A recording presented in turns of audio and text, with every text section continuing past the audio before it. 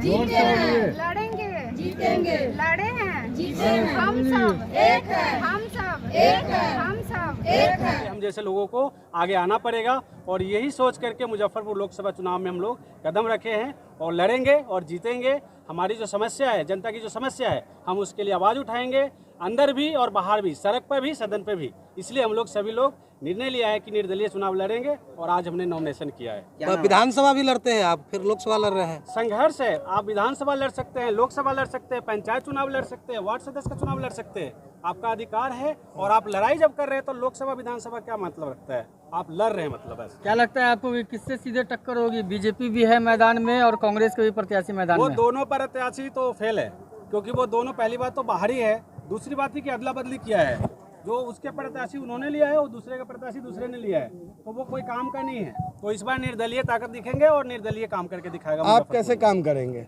मैं पूरे ताकत के साथ, मेरा काम रहा है, करेंगे नहीं, मैं तो काम कर रहा हूँ। वो लोग पार्टी में आए हैं, टिकट लिया है, तब चुनाव में आए हैं। मैं तो पहले से काम कर रहा हूँ।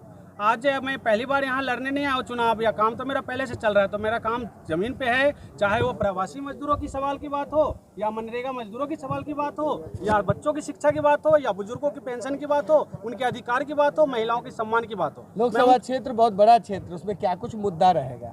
मेरा तो विकास का मुद्दा है, शिक्षा का मुद्दा है, रोजगार का मुद्दा है, भ्रष्टाचार का मुद्दा है। तो ये मुद्दा का तो कमी नहीं है हमारे देश में। एक सहारा का मुद्दा भी भ्रष्टाचार में जा रहा है, इसके बारे में कुछ कहेंगे? सहारा जो किया है, और वो दुख की बात है कि लाखों जो उसमें बेनिफिशियरी थे, उनके पैसे फंसे हैं। सरकार को इस पे कदम उठाने चाहिए थी, लेकिन नहीं उठाया उन्होंने। तो इसका जवाब तो है जनता देने वाली है और देगी ही। लेकिन हम जैसे लोग अगर जीत के आते हैं तो हम अंदर भी लड़ाई लड़ेंगे और बाहर भी लड़ेंगे। निर्दलीय क्या पूरा परिचय हो गया? मेरा नाम संजय साहनी है, संजय कुमार। कहाँ के रहने वाले हुए? कुडनी विधानसभा से हूँ, रत्नौर घर है।